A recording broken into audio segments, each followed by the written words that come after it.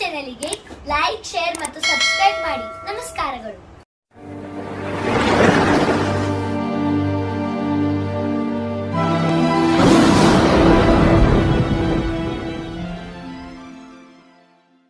ನಾವಿರುವ ತಾಣವೇ ಗಂಧದ ಗುಡಿ, ಅಂದದ ಗುಡಿ. ಒಂದು ಎಕರೆಗೆ ಎಷ್ಟು ಔಷಧ ಹೋಗ್ತದೆ ಅದನ್ನು ಸರಿಯಾದ ಪ್ರಮಾಣದಲ್ಲಿ ಒಂದು ಬಕೆಟ್ ಒಂದು ಬ್ಯಾರಲ್ ಸಹಾಯದಲ್ಲಿ ತುಂಬಿಕೊಂಡು ಇಂಚೂರಿ ಮುಖಾಂತರ ಇದನ್ನ ಆನ್ ಮಾಡಿ ಎರಡು ಕೂಡಿಸಿ ಸ್ಟಾರ್ಟ್ ಮಾಡಿಬಿಟ್ರೆ 4 ನಿಮಿಷಕ್ಕೆ ಇಡೀ ಹೊಲ ತುಂಬಾ ನೀರು ಬೀಳ್ತದೆ. ಸಂಪೂರ್ಣ ಗಿಡಗಳ ಎಲೆಗಳ ಮೇಲೆ 4 ನಿಮಿಷದಲ್ಲಿ ಸಿಂಪಡಣೆ ಒಂದು ಎಕರೆ ಆಗಿ ಹೋಗ್ತದೆ. ಅದೇನ್ ನಾವು ಈ ಮ್ಯಾಲ ಕಟ್ತಿರಲ್ಲ ಸರ್, ಅದು ಯಾವ ತರ ಮಾಡಿಸ್ತೀರಿ? ಮಾಡಿ ತೋರಿಸ್ತೀರಿ? ತೋರಿಸ್ತೀನಿ ಸರ್, ತೋರಿಸ್ತೀರಿ ಸರ್, ತೋರಿಸ್ತೀನಿ. ಸ್ನೇಹಿತರೆ ಎಲ್ಲರಿಗೂ ನಮಸ್ಕಾರ. ಇವತ್ತು ನಾನು ಒಬ್ಬ ಹಿರಿಯ ರೈತರು ಕಂಡುಹಿಡಿದಿರ್ತಕ್ಕಂಥ AC ರೇನ್ ಜೆಟ್ ತಯಾರು ಮಾಡುತ್ತಾ ಒಂದು ವಿಧಾನನ ಯಾವ ಥರ ತಯಾರು ಮಾಡಬೇಕಂತ ಹೇಳಿ ನಾನು ಇವತ್ತು ತಮ್ಮೆಲ್ಲರಿಗೂ ತಿಳಿಸ್ಕೊಡ್ತೇನೆ. ನಮಗೆ ಮುಖ್ಯವಾಗಿ ಇಲ್ಲಿ ಬೇಕಾಗಿರುವಂಥದ್ದು ಈ 16 mm ಲ್ಯಾಟ್ರಲ್ಸ್ ಪೈಪ್ಗಳು ಬೇಕಾಗ್ತದೆ.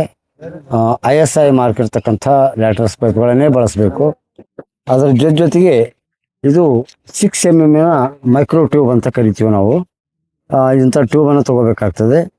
ಈ ಟ್ಯೂಬ್ಗಳನ್ನು ತಗೊಂಡು ನಾವು ಇದಕ್ಕೆ ಮೊದಲಿಗೆ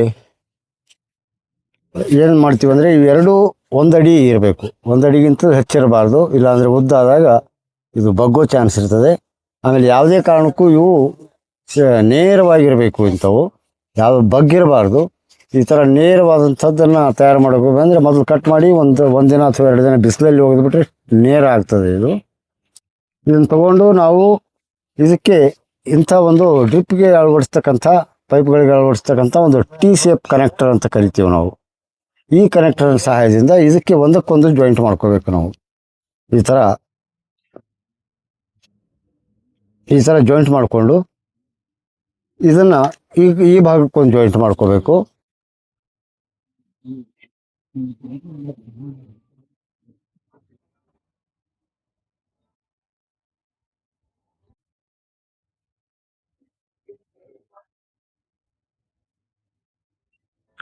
ಈ ಥರ ಜಾಯಿಂಟ್ ಮಾಡಿಕೊಂಡು ಇಲ್ಲಿ 3 ಇಂಚಿಗೆ ಒಂದರಂತೆ 3 ಹೋಲ್ಗಳು ಒಂದೊಂದು ಭಾಗದಲ್ಲಿ ಹಾಕ್ಕೋಬೇಕು. ಅದಕ್ಕೆ ಇಂಥ ಸಾಧನಗಳನ್ನು ಬಳಸಬೇಕು. ಒಂದು ಹರಿತವಾದಂಥ ಚೂಪಾದಂಥ ಒಂದು ಮೊಳೆನೋ ಅಥವಾ ಯಾವುದಾದ್ರೂ ಒಂದು ಈ ಗಾತ್ರದ ಈ 6 mm ಗಾತ್ರದ ಒಂದೊಂದು ಮೊಳೆ ತೊಗೋಬೇಕು. ತೊಗೊಂಡು 3 ಅಡಿಗೆ ಒಂದರಂತೆ ತೂತು ಹಾಕಬೇಕು. ಮೊದಲು ಈ T ಸಮೀಪ 1.5 ಇಂಚಿಗೆ ಒಂದು ತೂತು ಹಾಕ್ಕೊಳ್ಳೋದು. ಆಮೇಲೆ ಅದೇ ಲೆಕ್ಕಕ್ಕೆ ಇದು 3 ಇಂಚು ಬರ್ತದೆ, ಇಲ್ಲಿಗೆ ಒಂದು ಹಾಕ್ಕೋಬೇಕು. ಆಮೇಲೆ ಈ ರೀತಿಯಾಗಿ ಮತ್ತೊಂದು ತೂತು 3 ಇಂಚಿಗೆ ಹಾಕ್ಕೋಬೇಕು. ಇದು ಹಾಕ್ಕೊಂಡ್ಮೇಲೆ ಈ ಭಾಗಕ್ಕೆ ಮತ್ತೆ 3 ತೂತುಗಳನ್ನು ಹಾಕ್ಕೊಳ್ಳೋದು.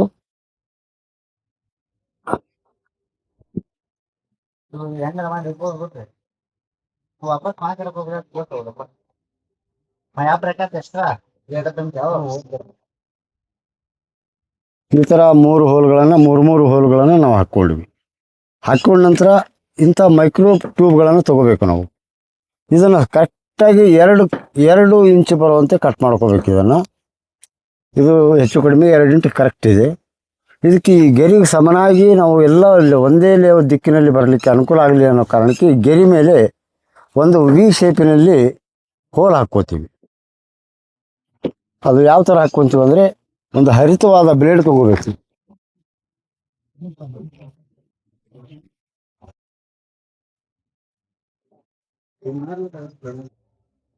ಹರಿತವಾದಂಥ ಒಂದು ಬ್ಲೇಡ್ ತಗೊಂಡು ಮೊದಲಿಗೆ ಕೆಳಮುಖದಿಂದ ಒಂದು ಅರ್ಧ ಇಂಚು ಮೇಲ್ಭಾಗಕ್ಕೆ ಬಿಟ್ಟು ಈ ಥರ ವಿ ಶೇಪ್ನಲ್ಲಿ ಕಟ್ ಹೊಡಿಬೇಕು. ಈ ಥರ ಕಟ್ ಹೊಡೆದು ಇದನ್ನು ಸ್ವಲ್ಪ ಮೇಲೆ ಕೆತ್ತಿದಾಗ ಮತ್ತು ಎದುರಿಗೆ ನಾವು ಕಟ್ ಹೊಡಲಿಕ್ಕೆ ಅನುಕೂಲ ಆಗ್ತದೆ. ಇದು ಎದ್ದು ನಿಲ್ತದೆ ಈ ಥರ. ಇದಕ್ಕೆ ನಾವು ಈ ಥರ ಕಟ್ ಮಾಡ್ಕೋಬೇಕು. ಈ ಥರ ಕಟ್ ಮಾಡಿದಾಗ ಇದು ವಿ ಶೇಪಿನ ಒಂದು ಹೋಲ್ ಆಗ್ತದೆ. ಇದನ್ನು ಅಕಸ್ಮಾತ್ ನಾವು ಊದಿ ನೋಡಿದಾಗ ಒಂಥರ ಸಿಳ್ಳೆ ಹೊಡೆದು ಸೌಂಡ್ ಬರಬೇಕು ಇದರಲ್ಲಿ. ಈಗ ತೋರಿಸ್ತೀನಿ ನಾನು. ಈ ಥರ ಸೌಂಡ್ ಬಂದಾಗ ಏನಾಗ್ತದೆ ಅಂದರೆ ಇದು ಮುಂದೆ ನಾವು ನೀರಿನಲ್ಲಿ ಇದನ್ನು ಡ್ರಿಪ್ಪಿಗೆ ಅಳವಡಿಸಿದಾಗ ಇಲ್ಲಿ ಟಿಸಲು ಹೊಡಿಕ್ಕೆ ಅನುಕೂಲ ಆಗ್ತದೆ. ಅಂದರೆ ವಿ ಶೇಪ್ನಲ್ಲಿ ಕೆಳಗಡೆಯಿಂದ ಕೆತ್ತಿರೋದ್ರಿಂದ ಮೇಲೆ ಹೋಗ್ತಕ್ಕಂಥ ನೀರು ಈ ಮೇಲ್ಭಾಗದ ಒಂದು ಕಟ್ ಮಾಡಿದಂಥ ಸ್ಟೇ ನೇರವಾಗಿ ಕಟ್ ಆಗಿರಬೇಕು. ಅದು ಅದಕ್ಕೆ ಹೊಡೆದಾಗ ಅದು ಅಗಲಾಗಿ ಚಿಮ್ಮುತ್ತದೆ. ಹಿಂಗೆ ಚಿಮ್ಮಿ ಒಂದು ಕಡೆಯಿಂದ 16 ಫೀಟಿನವರೆಗೂ ದೂರದವರೆಗೂ ಹೋಗ್ತದೆ. ಇದು ಇಂಥವು 6 ಇದನ್ನು ಮಾಡ್ಕೋಬೇಕು. ಇದರ ಮೇಲೆ ಬಂದ್ ಮಾಡಲಿಕ್ಕೆ ಇಂಥ ಸಾಧನಗಳು ಸಿಗ್ತದೆ, ಕ್ಲೋಸರ್ ಅಂತ ಕರಿತೀವಿ ನಾವು. ಇಂಥವ್ನ ಯೂಸ್ ಮಾಡಬೇಕು. ಅಕಸ್ಮಾತ್ ಇಂಥವ್ನು ತಮ್ಮ ಹತ್ರ ಸಿಗಲಿಲ್ಲ ಅಂದರೆ ಈ ಮುಂದಿನ ಭಾಗನ ಸ್ವಲ್ಪ ಒಂದು ಮೊಂಬತ್ತಿಯ ಸಹಾಯದಿಂದ ಕಾಯಿಸಿ ಇದಕ್ಕೆ ಒಂದು ಪಕ್ಕಡ ಅಂತ ಏನು ಕಟಿಂಗ್ ಪ್ಲೇಯರ್ ಅಂತೀವಲ್ಲ ಅದರಿಂದ ಹಿಂಗೆ ಒತ್ತಿಬಿಟ್ರೆ ಎರಡು ಫ್ರೆಶ್ ಆಗ್ತದೆ. ನೀರು ಇಲ್ಲಿಂದ ಲೀಕ್ ಆಗೋದಿಲ್ಲ, ಇಲ್ಲಿಂದನೇ ಬರ್ತದೆ. ಅದಕ್ಕಿಂತ ಸರಳ ಇದು ಒಂದು 50 ರೂಪಾಯಿ ಕೊಟ್ಟರೆ ಒಂದು 500 ಇಂಥ ಟಿಪ್ಪರ್ ಕ್ಲೋಸರ್ ಅಂತ ಕರಿತೀವಿ ಸಿಗ್ತದೆ ಅದು ಮಾರ್ಕೆಟ್ನಲ್ಲಿ. ಇದನ್ನು ತೊಗೊಂಡು ನಾವು ಇಲ್ಲಿ ಮೇಲೆ ಲಾಕ್ ಮಾಡಿಬಿಟ್ರೆ ಈ ಥರ ಲಾಕ್ ಆಗಿಬಿಡ್ತದೆ. ಈ ಥರ ಲಾಕ್ ಆದಂಥ 6 ಮೈಕ್ರೋ ಟ್ಯೂಬ್ಗಳನ್ನು ಈಗೆಲ್ಲ ಇವು ಕಟ್ ಮಾಡಿರ್ತಕ್ಕಂಥವು ಇವು ಇಂಥವನ್ನ 6 ತೊಗೋಬೇಕು ನಾವು. 6 ತೊಗೊಂಡ್ಬಿಟ್ಟು ಇದನ್ನು ಹೋಲ್ ಸ್ವಲ್ಪ ಸಣ್ಣಾಗಿರೋದ್ರಿಂದ ಅದಕ್ಕೆ ನಾವು ಇನ್ನೂ ಅಗಲ ಮಾಡಿಕೊಳ್ಳಿಕ್ಕೆ ಇಂಥ ಸ್ಟಾರ್ ಸ್ಕ್ರೂ ಡ್ರೈವರ್ಗಳನ್ನು ಉಪಯೋಗ ಮಾಡಿಕೊಂಡು ಇದನ್ನು ಮತ್ತೊಂದು ಸರಿ ಇದನ್ನು ಹೋಲ್ ಅಗಲ ಮಾಡ್ಕೋಬೇಕು. ಅಂದರೆ ನಮಗೆ ಇದು ಮೈಕ್ರೋ ಟ್ಯೂಬ್ಗಳು ಇದರಲ್ಲಿ ಸಲೀಸಾಗಿ ಒಳಗಡೆ ಸೇರಿಕೊಳ್ತದೆ.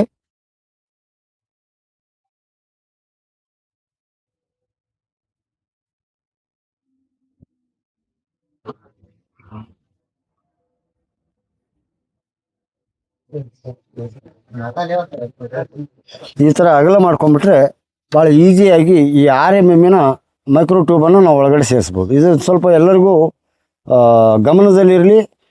ಸುತ್ತಿನ ಹೊರಗಡೆ ಏನಿದೆಯಲ್ಲ 6mm ಸೈಜ್ ಇರಬೇಕು. ಒಳಗಡೆ ಡೆಪ್ತ್ ಹೋಲ್ ಏನಿದೆಯಲ್ಲ ಅದು 4mm ಬರ್ತದೆ. ಅದು ಇಂಥದ್ದು ಮಾರ್ಕೆಟ್ನಲ್ಲಿ ಸಿಗ್ತದೆ. ಸಾಧ್ಯ ಆದಷ್ಟು ಇಂಥ ಗೆರೆಗಳಿದ್ದಂಥ ಮೈಕ್ರೋ ಟ್ಯೂಬ್ಗಳನ್ನೇ ಖರೀದಿ ಮಾಡಿರಿ. ಯಾಕಂದರೆ ನಮಗೆ ಅಲ್ಲಿ ಎಲ್ಲವೂ ಸಮದಿಕ್ಕಿನಲ್ಲಿ ಕಟ್ ಮಾಡ್ಕೊಳ್ಳಿಕ್ಕೆ ಅನುಕೂಲ ಆಗ್ತದೆ. ಇಂಥ ಕಟ್ ಮಾಡಿದ ತುಂಡುಗಳನ್ನು ಇದರಲ್ಲಿ ಸೇರಿಸ್ಕೊಳ್ಳೋದು.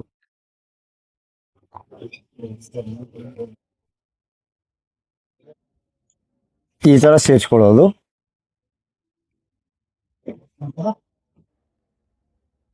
ಆಮೇಲೆ ಲಾಸ್ಟಿಗೆ ಈ ಎಂಡರ್ಗಳನ್ನು ಯೂಸ್ ಮಾಡುವಾಗ ಒಂದು ಮೈಕ್ರೋ ಟ್ಯೂಬ್ ಈ ಎಂಡರ್ನ ಕೊನೆ ಭಾಗದಲ್ಲಿ ಇರಬೇಕು. ಇದನ್ನು ಮೊದಲು ಸೇರಿಸ್ಕೊಳ್ಳೋದು. ಈ ಸಲ ಸೇರಿಸ್ಕೊಂಡು ಮತ್ತೆ ಇದಕ್ಕೊಂದು ಮೈಕ್ರೋ ಟ್ಯೂಬ್ ಹಾಕ್ಕೋಬೇಕು. ಈ ಭಾಗದಲ್ಲಿ 3 ಆಯಿತು. ಅದೇ ರೀತಿಯಾಗಿ ಈ ಭಾಗದಲ್ಲಿನೂ 3 ಸೇರ್ತದೆ.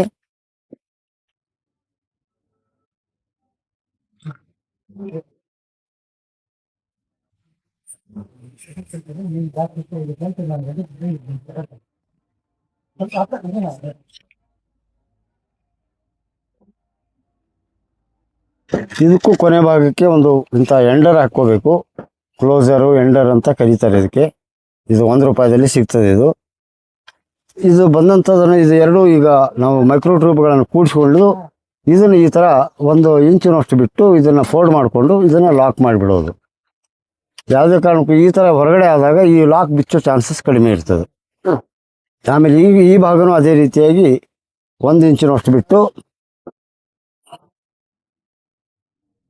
ಇದು ಹಾಕ್ಕೊಂಡು ಇದನ್ನು ಸಮ ಮಾಡ್ಕೋಬೇಕು. ಆಮೇಲೆ ಇನ್ನೊಂದು ವಿಶೇಷ ಗಮನದಲ್ಲಿರಬೇಕು, ಯಾವಾಗಲೂ ಇವೆರಡೂ ಮೈಕ್ರೋ ಟ್ಯೂಬಿನ ಹೋಲ್ಗಳು ಏನಿದಾವಲ್ಲ ಇವು ನಡುವೆ ಇರತಕ್ಕಂಥವು ಒಂದಕ್ಕೊಂದು ಎದುರುಮುಖವಾಗಿ ಒಂದಕ್ಕೊಂದು ಅಪೋಸಿಟ್ ಆಗಿ ಇವು ನೀರನ್ನು ಸ್ಪ್ರೇ ಮಾಡಬೇಕು. ಆಮೇಲೆ ಇಲ್ಲಿರ್ತಕ್ಕಂಥದ್ದು ಒಂದು ನಾಜಲ್ ಈ ಭಾಗಕ್ಕೆ ಹೋದರೆ ಇನ್ನೊಂದು ನಾಜಲ್ ಈ ಭಾಗಕ್ಕೆ ಹೋಗಬೇಕು. ಅದೇ ರೀತಿ ಈ ಕಡೆದು ಏನಿದೆಯಲ್ಲ ಇದರ ಅಪೋಸಿಟ್ ಈಗ ಏನು ಬಂದಿದೆ ಇದನ್ನು ಹಿಂದಿನ ಭಾಗಕ್ಕೆ ಈಗ ಈ ಥರ ಮಾಡಿಕೊಂಡು ಇದನ್ನು ನಾವು 1 ಎಕರೆಗೆ 120 ಜೆಟ್ಗಳನ್ನು ಕೂಡಿಸ್ಕೋಬೇಕು. 1 HP ಮೋಟ್ರ್ ಇದ್ದರೆ ಇಂಥ 10 ನಾಜಲ್ಗಳು ಏಕಕಾಲಕ್ಕೆ ಸ್ಟಾರ್ಟ್ ಆಗ್ತದೆ. ಅದೇ ರೀತಿಯಾಗಿ 2 HP ಇದ್ದಾಗ 20 ನಾಜಲ್ಗಳನ್ನು ಚಾಲನೆ ಮಾಡಬಹುದು ನಮ್ಮ ನೀರಿನ ಪ್ರೆಷರ್ನ ಆಧಾರದ ಮೇಲೆ. ಈ ಥರ 120 ನಾಜಲ್ಗಳನ್ನು ನಾವು 30 ಅಡಿ ಒಂದರಂತೆ ಇದನ್ನು ಹೊಲದಲ್ಲಿ ಅಳವಡಿಸಿಕೊಂಡಾಗ ಒಂದು ಭಾಗದಿಂದ ಈ ಭಾಗದಿಂದ 16 ಫೀಟ್ ಹಿಂಗೆ ಉದ್ದ ಹೋಗ್ತದೆ. ಈ ಕಡೆ 6 ಫೀಟ್ ಅಗಲ ಬರ್ತದೆ. ಈ ಕಡೆ ಭಾಗಕ್ಕೆ 16 ಬರ್ತದೆ. ಆ ಕಡೆ ಭಾಗಕ್ಕೆ 16 ಫೀಟಿನವರೆಗೂ ಬರ್ತದೆ. ಹೆಚ್ಚು ಕಡಿಮೆ ಎರಡೂ ಕಡೆಯಿಂದ ನಾವು ಕೌಂಟ್ ಮಾಡಿದಾಗ 30 ಅಡಿ ಉದ್ದ ಮತ್ತು 12 ಅಡಿ ಅಗಲ ಒಂದು ನಾಜಲ್ನಿಂದ ನಮ್ಮ ಭೂಮಿಯನ್ನು ತೋರಿಸ್ಕೊಳ್ಳಿಕ್ಕೆ ಸಾಧ್ಯ ಆಗ್ತದೆ. ಈ ರೀತಿ ನಾವು ಮಾಡ್ಕೋಬೇಕು. ಇನ್ನು ಕೆಳಗಡೆ ಏನಿದೆಯಲ್ಲ ಸಬ್ಲೈನು 2 ಇಂಚಿನ ಪೈಪ್ಲೈನ್ ತೊಗೋಬೇಕು.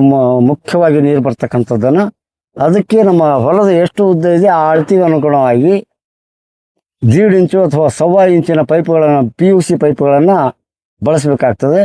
ಇದನ್ನು ನಾವು ಟೋಟಲಿ ಎಲ್ಲದೂ ಏನೇನು ಸಲಕರಣೆಗಳು ಬೇಕಂತಂದು ಲೆಕ್ಕ ಮಾಡಿದಾಗ 1 ಎಕರೆಗೆ 8 ರಿಂದ 10 2 ಇಂಚಿನ ಪೈಪ್ಗಳು, ಆಮೇಲೆ ಒಂದು 20 ಟೀಗಳು, ಒಂದು 20 ಬಾಲ್ ವಾಲ್ವ್ಗಳು, ಆಮೇಲೆ 20 ಬಂದ್ ಕ್ಯಾಪ್ಗಳು, ಮತ್ತು ಆಮೇಲೆ 100 ಪೈಪು PUC 1.5 ಇಂಚಿನ ಪೈಪುಗಳು ಬೇಕಾಗ್ತದೆ. ಅದರ ಜೊತೆಗೆ ಒಂದು ಬಂಡಲ್ ಇಂಥ ಮೈಕ್ರೋ ಟ್ಯೂಬ್ ಬೇಕಾಗ್ತದೆ, ಇದರ ಒಂದು ಅರ್ಧ ಬಂಡಲ್ ಹೋಗ್ತದೆ. ಆಮೇಲೆ 1.5 ಬಂಡಲ್ ಲ್ಯಾಟ್ರಲ್ 16 mm ಅಂತ ಬೇಕಾಗ್ತದೆ. ಇಷ್ಟೆಲ್ಲ ಅಳವಡಿಸ್ಕೊಂಡ್ಬಿಟ್ರೆ ಒಂದ್ಸಲ ನಾವು ಇದನ್ನು ನಮ್ಮ ಭೂಮಿಯೊಳಗೆ ಫಿಕ್ಸ್ ಆಗಿ ಅಳವಡಿಸ್ಕೊಂಡ್ರೆ 10 ರಿಂದ 15 ವರ್ಷದವರೆಗೂ ಯಾವುದೇ ಕಾರಣಕ್ಕೂ ಫೇಲ್ ಆಗೋದಿಲ್ಲ, ರಿಪೇರಿಗೂ ಬರೋದಿಲ್ಲ. ಹೀಗಾಗಿ ಇಂಥ ಸಾಧನಗಳನ್ನು ನಾವೇ ಸ್ವತಃ ಮಾಡಿಕೊಂಡಾಗ ಅನುಕೂಲ ಆಗ್ತದೆ.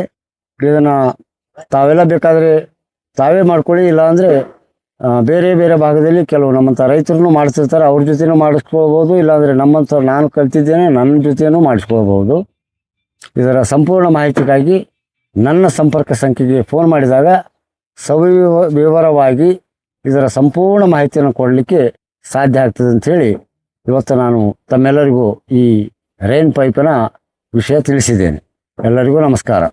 ಸ್ನೇಹಿತರೆ, ಎಲ್ಲರಿಗೂ ನಮಸ್ಕಾರ. ಇದು ಕೃಷಿ ಸಾಧಕ ಅಗ್ರಿ ಫಾರ್ಮ್ ಅಂಥೇಳಿ ನಮ್ಮ ಕಾಡು ಬದನೆ ಸಸಿ ತಯಾರು ಮಾಡ್ತಕ್ಕಂಥ ಒಂದು ಘಟಕ. ಇಲ್ಲಿ ಈ ಭಾಗದಲ್ಲಿ ತಮಗೆಲ್ಲ ತೋರಿಸ್ತಾ ಇರುವಂಥದ್ದು ಕಾಡು ಬದನೆ ಸಸಿಗಳು. ಇದಕ್ಕೆ ನಮ್ಮ ಕರ್ನಾಟಕದಲ್ಲಿ ಬಹಳಷ್ಟು ಹೆಸರಿನಿಂದ ಕರೀತಾರೆ. ಇದು ಆಯುರ್ವೇದಿಕ್ ಗಿಡ. ಇದರ ಮೇಲೆ ನಾವು ಬದನೆ, ಟೊಮೆಟೊ ಮತ್ತು ದೊಣ್ಣೆ ಮೆಣಸಿನಕಾಯಿ ಮತ್ತು ಮೆಣಸಿನಕಾಯಿ ಗಿಡಗಳಿಗೆ ಕಸಿ ಕಟ್ಟುವಂಥದ್ದು ಒಂದು ನಾವು ಮಾಡ್ತಾ ಇದ್ದೀವಿ. ಇಲ್ಲಿ ನಾವು ಮುಂಚೆ ಏನು ಮಾಡ್ತೀವಿ ಅಂತಂದರೆ, ಮೊದಲು ಸಣ್ಣ ಸಸಿಗಳನ್ನು ಬೀಜಗಳನ್ನು ಇಂಥ ಸಣ್ಣ ಸಣ್ಣ ಪ್ರೋಟ್ರೇದಲ್ಲಿ ಹಾಕ್ಕೋತೀವಿ.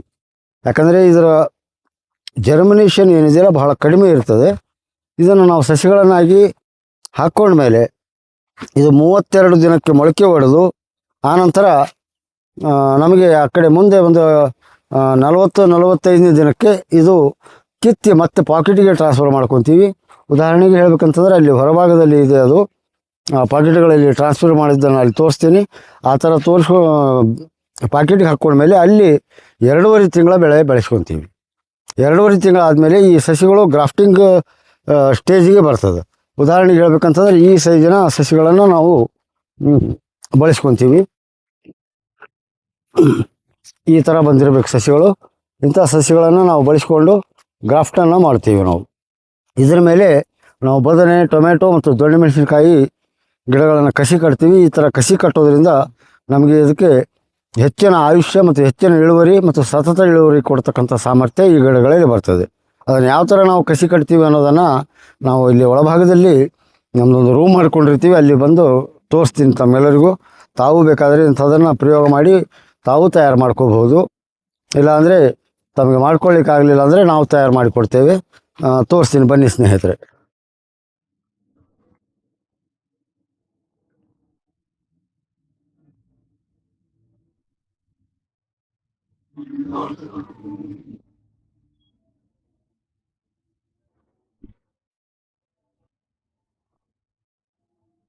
ಇವೆಲ್ಲ ಕಾಡು ಬದನೆ ಸಸಿಗಳು.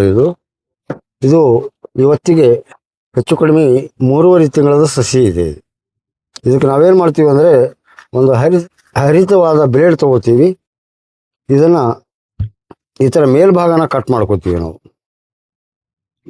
ಈ ಥರ ಕಟ್ ಮಾಡಿಕೊಂಡು ಕರೆಕ್ಟಾಗಿ ಒಂದು 3 ಇಂಚು ಹೆಚ್ಚು ಕಡಿಮೆ ಬರೋ ಥರ ಒಂದು 4 ಬೆರಳು ಅಂತ ಕರಿತೀವಿ ನಾವು. ಇಷ್ಟು ಸೈಜಿಗೆ ಕಟ್ ಮಾಡಿಕೊಂಡು ಇದನ್ನು ನಾವು ಈ ಮಧ್ಯಭಾಗದಲ್ಲಿ ವಿ ಶೇಪ್ನಲ್ಲಿ ಸೀಳ್ಕೋತೀವಿ. ಈ ಥರ ವಿ ಶೇಪ್ ಆಗ್ತದೆ. ಸೀಳ್ಕೊಂಡ್ಬಿಟ್ಟು ಈಗ ನಾವು ಉಪಯೋಗ ಮಾಡ್ತಕ್ಕಂಥ ಬದನೆ ಇದು, ನಾವು ಏನು ಆಹಾರಕ್ಕಾಗಿ ಉಪಯೋಗ ಮಾಡ್ತೀವಿ ಬದನೆ ಅಂಥೇಳಿ, ಇದನ್ನು ನಾವು ಈ ಮಧ್ಯಭಾಗದಲ್ಲಿ ಇದನ್ನು ನಮಗೆ ಬೇಕಾದ ಸೈಜಿನಲ್ಲಿ ಕಟ್ ಮಾಡಿಕೊಂಡು ಕೆಳಗಿನ ಭಾಗ ಒಗೆದು ಬಿಡ್ತೀವಿ. ಇದನ್ನು ಇಷ್ಟೇ ತೊಗೊಳ್ಳೋದು. ತೊಗೊಂಡ್ಮೇಲೆ ಇದನ್ನು ವಿ ಶೇಪ್ನಲ್ಲಿ ಕೆತ್ಕೊಳ್ಳೋದು. ಈ ಥರ ಪೆನ್ಸಿಲ್ ಕೆತ್ಕೊಂಡಂತೆ ಈ ಥರ ಕೆತ್ಕೊಂಡು ಈ ಒಳಗಿನ ಆಹಾರ ಸಪ್ಲೈ ಆಗ್ತಕ್ಕಂಥ ನಾಳ ಏನಿದೆಯಲ್ಲ ಅದು ಕಾಣೋ ಥರ ಕೆತ್ಕೋಬೇಕು. ಕೆತ್ಕೊಂಡು ಇದನ್ನು ನಮಗೆ ಈ ಸಸಿಯಲ್ಲಿ ಇದನ್ನು ಈ ಥರ ಜಾಯಿಂಟ್ ಮಾಡ್ಕೊತೀವಿ. ಈ ಥರ ಜಾಯಿಂಟ್ ಮಾಡಿಕೊಂಡು ಈ ಕ್ಲಿಪ್ಪಿನ ಸಹಾಯದಿಂದ ಇದಕ್ಕೆ ಈ ಥರ ಫಿಟ್ ಮಾಡ್ಕೊತೀವಿ. ಈ ಥರ ಜಾಯಿಂಟ್ ಆದಮೇಲೆ ಇದನ್ನು ನಾವು ಒಂದು ಸಣ್ಣ ಪಾಲಿ ಹೌಸಿನ ಥರ ಮಾಡಿಕೊಂಡು ಅದಕ್ಕೆ ಹೀಲಿಂಗ್ ಚೇಂಬರ್ ಅಂತ ಹೆಸರಿಟ್ಟಿರ್ತೀವಿ. ಅದರಲ್ಲಿ 11 ದಿನದವರೆಗೂ ಈ ಸಸ್ಯನ ಇಡ್ತೀವಿ. 11 ದಿನ ಇಟ್ಟಾಗ ಅಲ್ಲಿ ಏನಾಗ್ತದೆ ಅಂದರೆ ನಾವೇನು ಕಟ್ ಮಾಡಿ ಜೋಡಣೆ ಮಾಡಿರ್ತೀವಿ ಇದು ಒಂದಕ್ಕೊಂದು ಕೂಡ್ಕೊಂಡ್ಬಿಡ್ತದೆ. 11 ದಿನ ಆದಮೇಲೆ ಇದನ್ನು ನಮ್ಮ ವಾತಾವರಣಕ್ಕೆ ಹೊಂದಿಸಲಿಕ್ಕೆ ಹೊರಗಡೆ ತೊಗೊಂಡು ಬರ್ತೀವಿ. ನೆರಳಿನ ಸಮಯದಲ್ಲಿ ಉದಾಹರಣೆಗೆ ನಾವು 4 ಗಂಟೆ ಸಮಯದಲ್ಲಿ ಇದನ್ನು ಸಾಯಂಕಾಲದ ಸಮಯದಾಗ ತೊಗೊಂಡು ಬಂದು ಹೊರಗಡೆ ಇಟ್ಟಾಗ ಅಷ್ಟೊತ್ತಿಗಾಗಲಿ ಬಿಸಿಲಿನ ತಾಪಮಾನ ಕಡಿಮೆಯಾಗಿ ಸ್ವಲ್ಪ ತಂಪು ವಾತಾವರಣ ಬರ್ತಿರ್ತದೆ. ಅಲ್ಲಿಂದ ಇದು ಮುಂಜಾನೆ ಅನ್ನೋದ್ರೊಳಗಾಗಿ ಹೊಂದ್ಕೊಳ್ತಾ ಹೋಗಿ ನಮ್ಮ ವಾತಾವರಣಕ್ಕೆ ಶುರುವಾಗ್ತದೆ. ಒಂದು 10 ದಿನದವರೆಗೂ ನಮ್ಮಲ್ಲಿ ಇಟ್ಕೊತೀವಿ. ಒಟ್ಟಾರೆ ಈ ಗ್ರಾಫ್ಟಿಂಗ್ ಆದಮೇಲೆ 21 ದಿನ ಇದು ಪ್ರಕ್ರಿಯೆ ನಡೀತದೆ. 21 ದಿನ ಆದಮೇಲೆ ಇದನ್ನು ನಾವು ನೇರವಾಗಿ ಭೂಮಿಗೆ ನಾಟಿ ಮಾಡ್ತೀವಿ. ಈ ಥರ ನಾಟಿ ಮಾಡೋದರಿಂದ ಇದರ ಆಯುಷ್ಯ ಮತ್ತು ಇಳುವರಿ ಮತ್ತು ಸತತ ಇಳುವರಿ ಮತ್ತು ಭೂಮಿ ಜನಿತವಾಗಿ ಬರ್ತಕ್ಕಂಥ ರೋಗಗಳೇನಿದೆಯಲ್ಲ ಅದೆಲ್ಲ ಕಂಟ್ರೋಲ್ ಆಗ್ತದೆ. ಈ ಥರ ಮಾಡಿಕೊಂಡು ಹೊಸ ಹೊಸ ಆವಿಷ್ಕಾರಗಳನ್ನು ನಮ್ಮ ಕೃಷಿಯಲ್ಲಿ ತಂದಾಗ ನಮಗೆ ಕೃಷಿ ಲಾಭದಾಯಕ ಆಗಲಿಕ್ಕೆ ಸಾಧ್ಯ ಇದೆ. ಅದನ್ನು ನಾವು ಹೀಲಿಂಗ್ ಚೇಂಬರ್ ಎಲ್ಲಿ ಮಾಡಿದ್ದೀವಿ ಅದನ್ನು ಸಹ ನಿಮಗೆ ತೋರಿಸ್ತೀನಿ. ತಮಗೆ ಅದನ್ನು ಅಲ್ಲಿ ತೋರಿಸ್ತೀನಿ. ತಾವೆಲ್ಲ ಅಲ್ಲಿ ಹೋಗೋಣ.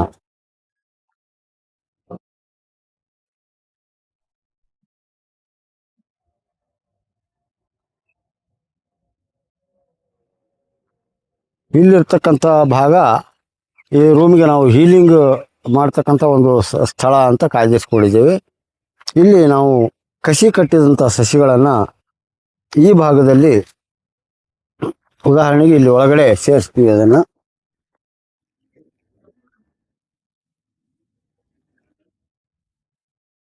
ಈ ಥರ ಒಳಗಡೆ ಸಾಲಾಗಿ ಜೋಡಣೆ ಮಾಡಿ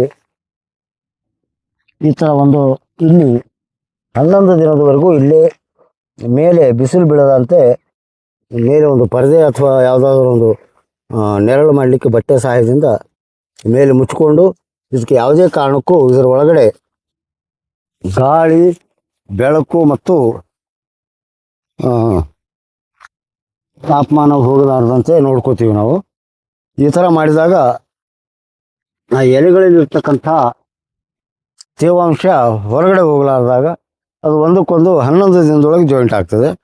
ಆಲ್ರೆಡಿ ಇಲ್ಲಿ ಮಾಡಿರ್ತಕ್ಕಂಥದ್ದು ಈಗಾಗಲೇ 4 ದಿನ ಆಗಿರ್ತಕ್ಕಂಥ ಸಸಿಗಳು ಇವು. ಇನ್ನೂ ಒಂದು 7 ದಿನ ಇಲ್ಲಿ ಇರ್ತದೆ ಇದು.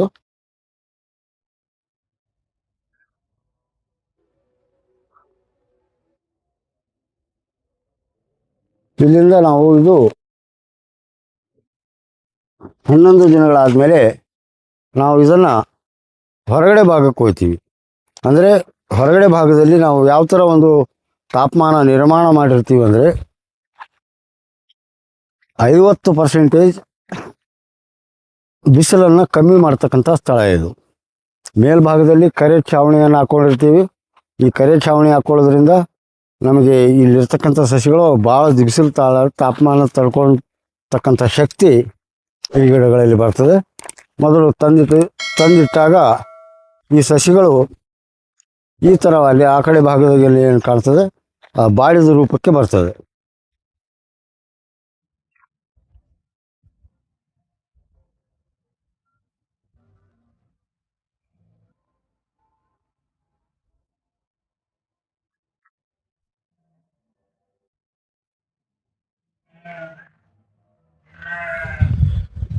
ಇದು 8-10 ದಿನ ಆಗಿರೋದು ಈಗ ಟೈಮು.